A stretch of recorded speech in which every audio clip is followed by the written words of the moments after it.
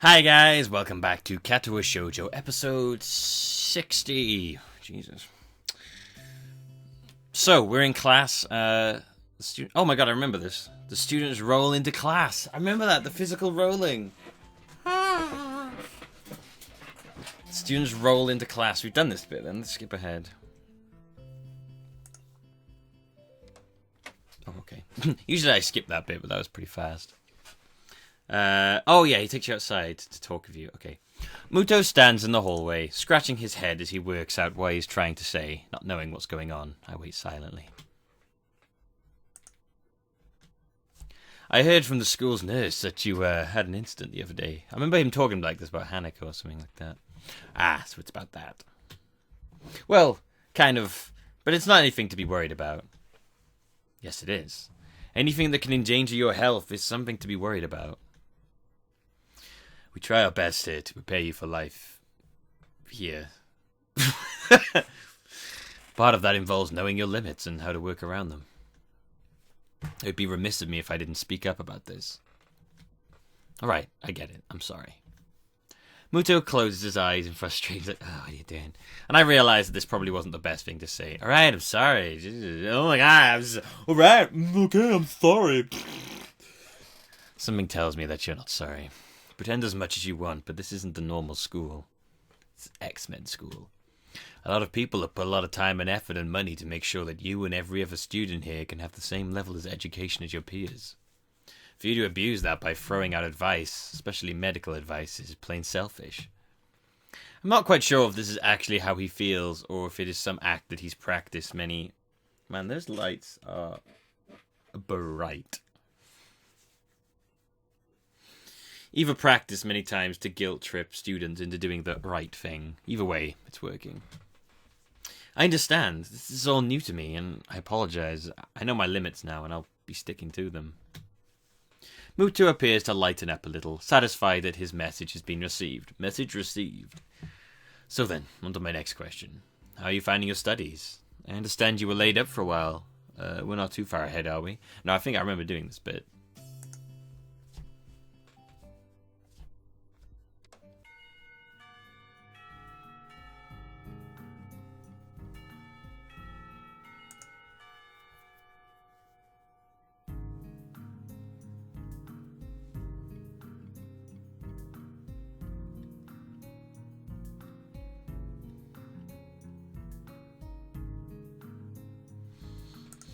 Okay, so Hanako and Lily just came in, had a little mamble about themselves, and then she left.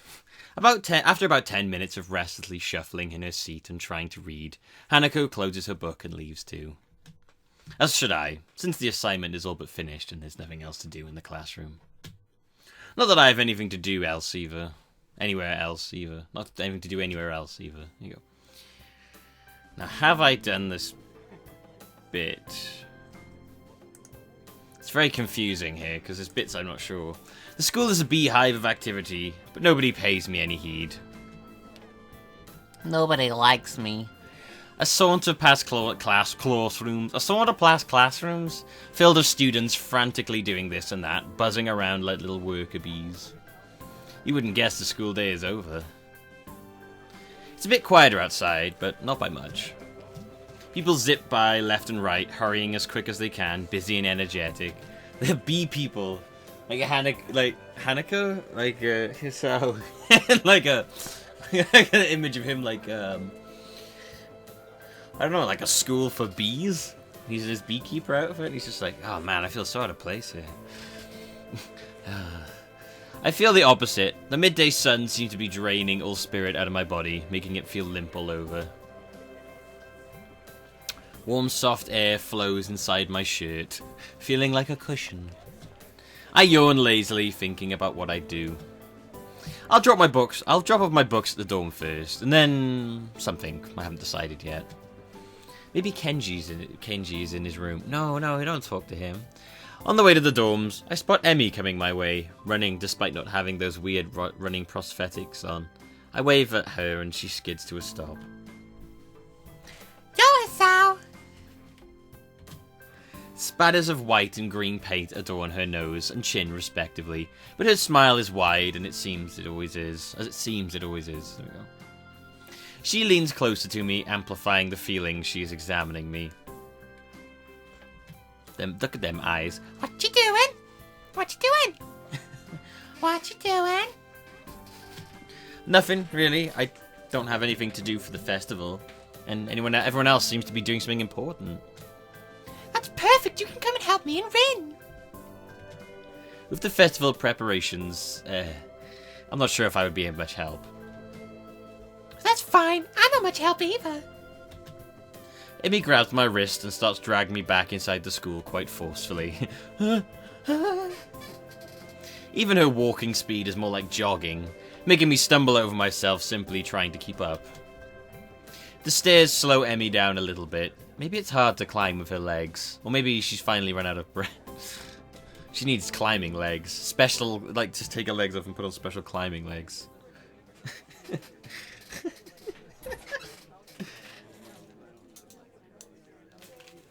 Legs?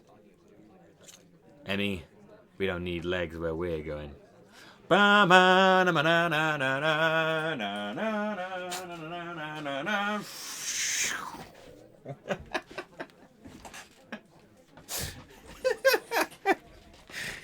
that's right. I just quoted the end of Back to the Future. We don't need legs where we're going. Where? Oh, I don't know. We go all the way back to the 3rd floor and to the seniors' hallway, ending up where I left 5 minutes ago. He's like, oh, great. I could just as well have stayed here waiting for Emmy had I known. So, is Rin working on that mural still? Oh man, what's with the pausing all the time? That's right. She needs all kinds of paints and brushes and stuff, so I want to get them from the classroom. Oh no, that's wrong. That's a different voice again. Fuck. That's right. She needs all kinds of paints and brushes and stuff, so I want to get them from the classroom. And you need me to help you with that? Well, Rin told me that you already helped her, so I thought you wouldn't mind. I see. So, thanks to Emmy's flaky logic, here I am again, collecting stuff from the art classroom from other people. That flaky logic. The room is empty apart from ourselves, and the lonely specks of dust floating in the air. Emmy skips straight away to the black wall. Black wall? The black wall. The back wall. The black wall? The black wall. The back wall. Digging out a tiny crumpled piece of paper from her pocket. While she tries to make sense of the scrawled handwriting, I take a closer look at the materials laying around here. Wait, was that written by Feetsy? Did she write with her feet? Dozens of paint cans and bottles are arranged on the shelves in a most unorganized fashion. Some look like they've been left there for several decades, relics of a previous art club generations. Next to the heavy stacks of neatly piled drawing paper are boxes full of different sized brushes and unsorted crayons. The smells of paint, turpentine, and fresh paper float in the stale air, mixing in my nostrils to form that unmistakable scent of art. The scent of art. Of fart. Emmy studies her notes, comparing them to the markings on the various paint cans, and passes them to me as she finds the correct matches. Them eyes. They give her good eyes. She stretches her neck to look on the topmost shelf, but it's not quite enough. Her eye level stays below the shelf, no matter what she does. Emmy gives up and just looks to the shelf longingly like a child at a toy store, huffing in annoyance. She could bounce on her legs. She should get springy legs. I love, like, she carried, like, a suitcase of, like, different legs in, so she has, like, I gotta get, these are my reaching up high legs. She gets, like, pogo sticks. She's like, hodong, hodong, hodong. I got my leg climbing, my stair climbing legs. I don't know what those would be. Tank treads. Old tank tread Emmy. Those tank tread legs. Going over a rough terrain. After a moment of building anger, she starts jumping up and down, apparently trying to speed read the labels during the fraction of a second she can see them and catch what she can see. It's no surprise that she fails miserably and almost manages to bring the entire shelf crashing down. Now I see why me lending a hand here would be useful. Come on, let me do that. You can't jump high enough, and I don't want you to hurt yourself trying. Also, I'm like twice your height. I like how he just stood there and was like, I'm just gonna watch this for a while, let her struggle, and then I'll interject. You are not! She turns around, flaring scorn, flushed cheeks and all. Just kidding, just kidding. Anyway, I'll look up there, okay? She glares at me one more time, but can't come up with a retort. Hey, she could be taller than you. She pulled out her tall legs. Out on the town legs, where she's like 6'1", 6'5", 7 foot tall, 8 foot tall. With a grudging, she turns her back to me. So I begin scrounging around the top shelf for paint, while below Emmy crouches to scavenge what she can from the cupboards. I shake my head a little after double checking to ensure she can't see me to do so. He's like, he really, really wanted to shake his head. He's like, I better make sure she's not. Emmy having a complex about her height was a surprise. I wouldn't have joked about it otherwise. She seems easygoing, but I guess everyone has their weak spots. She also doesn't like it when you make fun of her, Never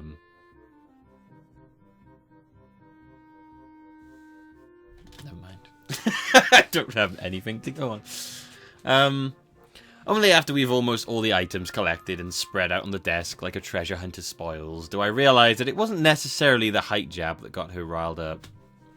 She might not like to be told that she can't do something. Like jump. Oh, landmines! Oh, I'm gonna do a landmine. I haven't done one of these in ages. Oh my god! Oh, no leg landmines. Wait, hang on. No leg landmines. Oh, socially awkward jokes about landmines about socially aware situations.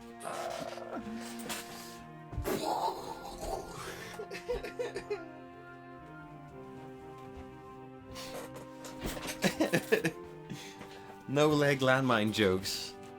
Said so because they have no legs after they've been blown up by a landmine. But Emmy herself seemed to have forgotten all about it already. Quick to anger, quick to forgive. Is she that type of person? At least she doesn't seem to have taken anything to heart. Ugh, that never works. It's not true. It's not true. She's storing up that jab to bring out some point when you when you're together. She's gonna you're gonna say something like, oh, I don't feel like doing that. She'll be like, oh, remember when you said I couldn't jump? And you'll be like, don't do that. Fuck a fucking elephant. None of that, please. At least she doesn't seem to have taken anything to heart. She chatters away happily while we pick up the rest of the items and then make our way back to Rin. I chivalrously carry the bulk of the materials as we make our way towards the dormitories. Rin is really stressed out about getting a painting done. It's her fault, though. She should have started earlier. Is she gonna make it? No idea. It looks good to me, but with Rin, you never know what's going on. I found her this morning lying in front of the dorm in fetal position. She hadn't slept all night. I can't believe the night nurse hadn't found her. What? Now she's painting again like crazy. Yeah, I've noticed she comes off kind of unhinged, so to speak. Emmy giggles at that.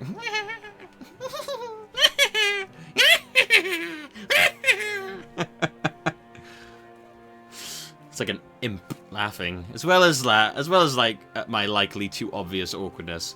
Oh yeah, also if you're wondering why there was a picture of Emmy as Lumpy Space Princess, it's because when I first did Emmy's voice, it was this. I don't mind. It doesn't seem a little bad sometimes. I'm not gonna lie, Hisao. I don't mind. I'm gonna do that for just a little bit. On that, I can agree with her. Unlike me, Emmy seems to be cool with Rin's whatever it is that feels so off about her. Still, they don't feel like Misha and Shizune do. With them working as a single entity sometimes, it's hard to say where one ends and the other begins. No, not another one of these. Even though they're so different, just like Emmy and Rin are. And Rin is the most different of them all. Different from anyone else I've met. She's bubbly and happy-go-lucky. I love it. Gotta love that. Yeah, I guess she's a very Unique person? I return to that word again, as if it encompasses Rin's personality by itself. But really, it's just a substitute for a lengthy description of her oddities. You could just say that she is unique. I like that. I like unique, actually. Amy giggles as I grasp about for a properly descriptive word. I'm at the lab. She's just so weird. I'm a little. You know, earlier she spent half an hour sitting on her box. You know, earlier she spent half an hour sitting on a box instead of her toes. She giggles again, in a way that makes me think she doesn't know what's funny about it. It just is. All the time. The working area is a mess, but the mural itself has taken over more of the wall since I last saw it. The disfigured human figures have been mostly coloured in tones of... So they are supposed to be like disfigured human... It's creepy as fuck, that picture. It's like... That face looks like it's screaming in anguish. It represents my... Like, it represents my inner pain and stuff. Okay. The disfigured human figures have been mostly coloured in tones of red, pink, and orange. Weird. Imaginary. Things populating the spaces between. It looks nice. I can't think of any word that would describe the work concisely and comprehensively, so I settle myself on a nondescript nice. It's never a good thing to say. How do you think? It's, nice. They're like, what's wrong? What's wrong with it? What do you mean it's just nice? No, I mean it's... shit. It's wonderful. It's beautiful. You're beautiful. Don't worry about it. But honestly, it seems like the area around the wall becomes untidier at the same rate as the mural progresses. The ground is littered with dozens of paint cans, various art supplies, and empty soda bottles. What a messy... Come on! Use your arms and... Oh. You said... Oh. You got a pair of arms, right? Why don't you just pick up the... Oh. I'm sorry. You have no arms. And then you proceed to just, like, slap around her, like, tied up. Rin herself is in the centre of this chaos, standing there looking very cosy, as if she was a natural part of the scene. Her paint legs have been rolled up to her knees, exposing her thin legs, which sport a dry spectrum of war paintings similar to those on Emmy's face. Emmy sprints to Rin ahead of me, and gleefully jumps in front of her. I'm back! I'm back! That was fast. That's fast. Did you run in the corridors again? Hisao helped me. Emmy points victoriously at me. Rin turns and follows Emmy's fingers with her eyes, looking at my general direction. She nobs, adds a smiley. Wiggle. Ah, shit. If she was a dude, she'd be nobbing me. She nods absent-mindedly at me. She looks like she hasn't slept since last night. A vacant, glazed stare that's focused slightly off me, and movements like in a slow-motion movie. Hello, Hisao. Thank you for the help. Don't mention it. I just did. Never mind. Looks like you made progress. Looking good as far as I can tell. But now you get more bad luck. I know, but I'm willing to take the risk. It's a very nice thing to say. For me, of course. Not for you. This is why artists are always unlucky. They have to constantly look at their unfinished paintings. So artists can't find romance, their favourite TV shows are cancelled, or they die young because of an unspecified disease. The deep and mysterious lore of the universe. Unless they're blind. She considers this for a while, looking like she's going to fall asleep. Unless they're blind. There's a boy. At the art club, you see? Blind boy? So he doesn't see. You already told me. I glance sideways at Emmy. She glances back in a way that tells me she's heard this one before, too.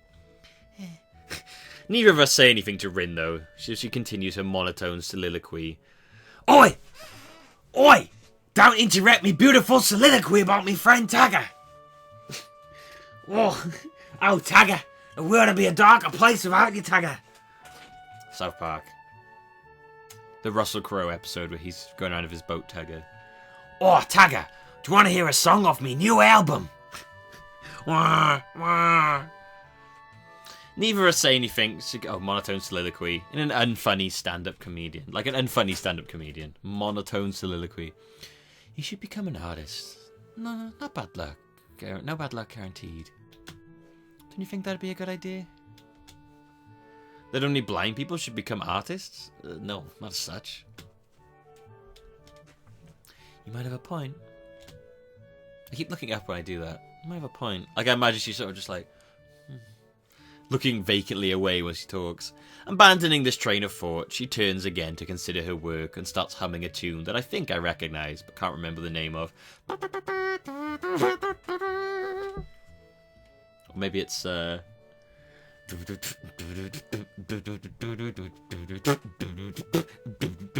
Highway to the danger zone. I like that song. Highway to the no-one zone. Emmy arranges the supplies we brought and moves a few paint cans around, trying to bring some organisation to the scene. Emmy, I need the Perusian blue paint. Which one is the Perusian blue? She is staring helplessly at 7 or 8 cans, each of a different tone of blue. It's the one with the Perusian blue paint in it. Jeez, Rin, you're not helping at all. I look around as well, even though I don't know what Perusian blue looks like. I wonder what blue has to do with Perusia. Or what Perusia even is. The name sounds vaguely familiar, but I can't place it. Oh, is it Prussia? Is it Prussia? Isn't it Prussia? Prussia? Blue Prussia? Prussia? Oh, I don't know. I'm sure people will tell me. While none of the blue looks more Prussian than the others, the small print on the labels is legible enough to determine that none say anything about the contents being Prussian. There's no Prussian blue here. We need to get more then.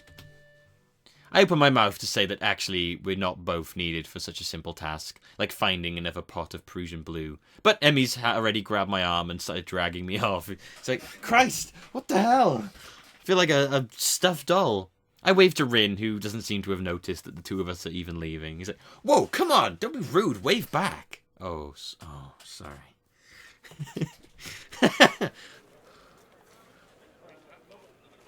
Well, she'll notice when she goes for the Prussian blue and she finds out it's still not there. Maybe.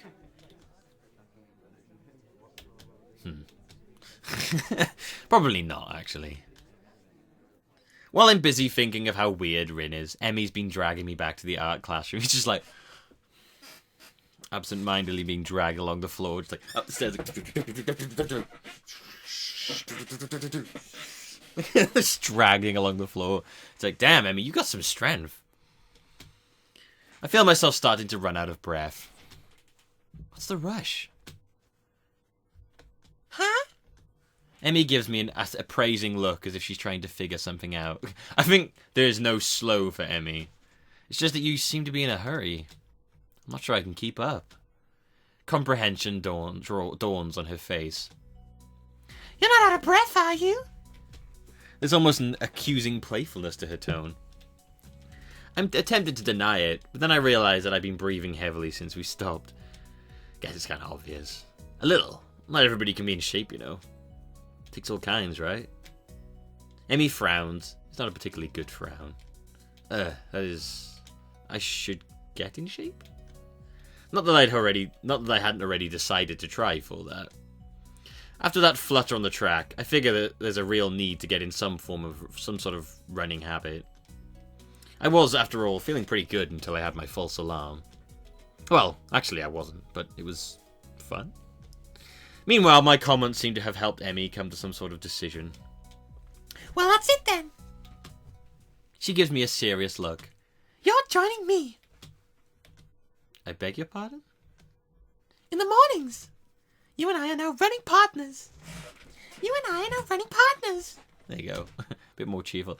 I got a routine all planned out, in fact. She produces a crumpled sheet of paper. She planned this?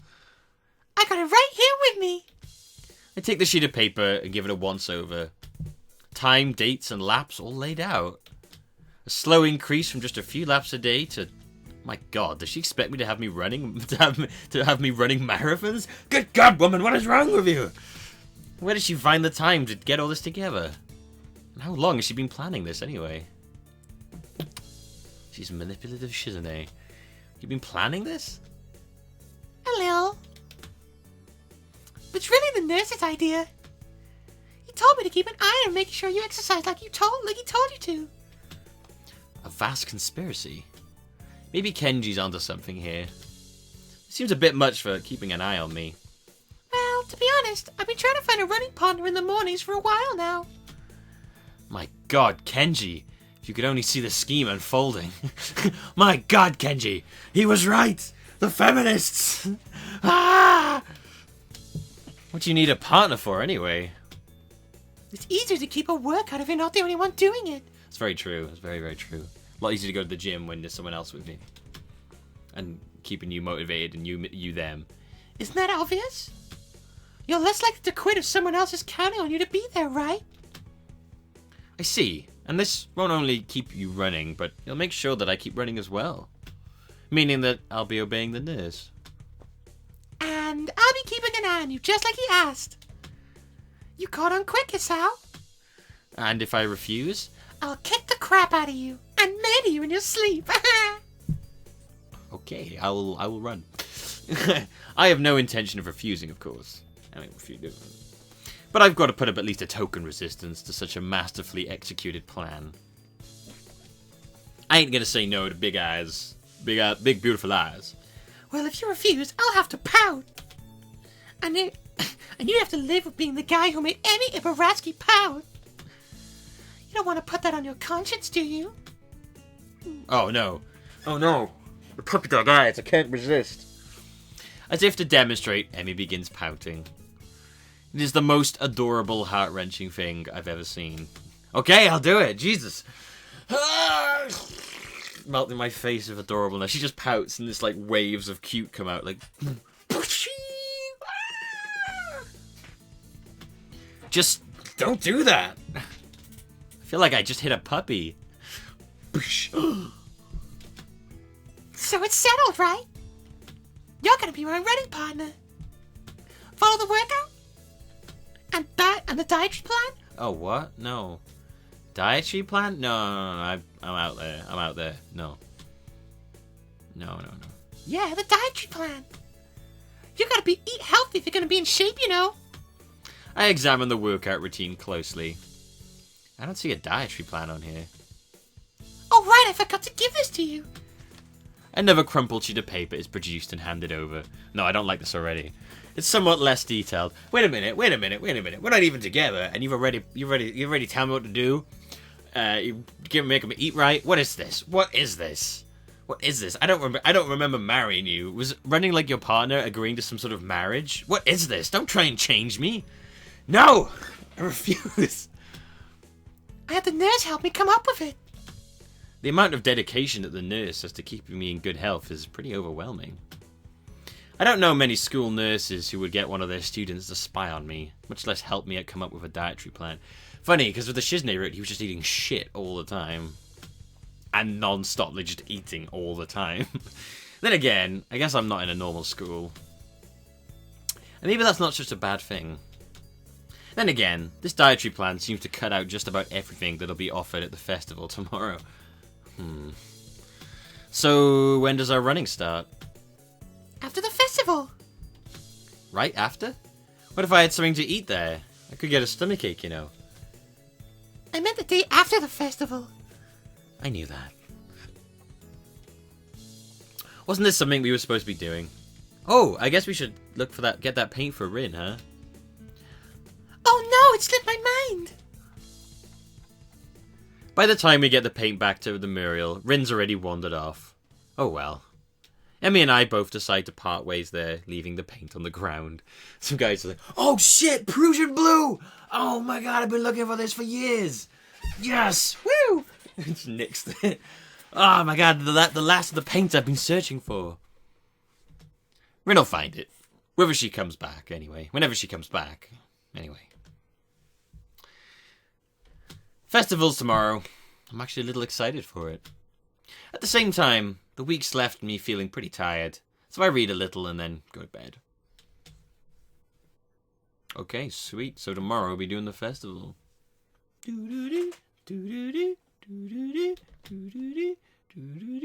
Why is it doing this weird spacebar thing again where I have to press spacebar to push like anything along?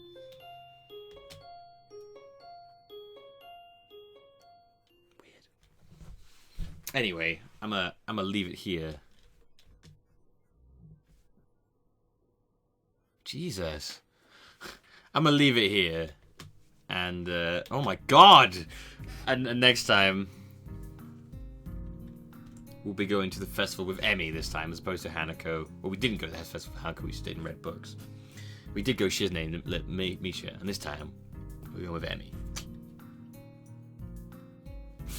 Oh wait, we did go with... Oh no, Lily was working. What?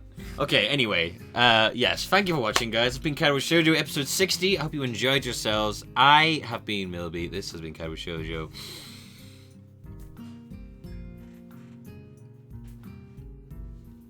Can't stay here. I keep saying that. You can't stay here. You don't have to go home, but you can stay here. See you later. So, I'm gonna have to stop saying that.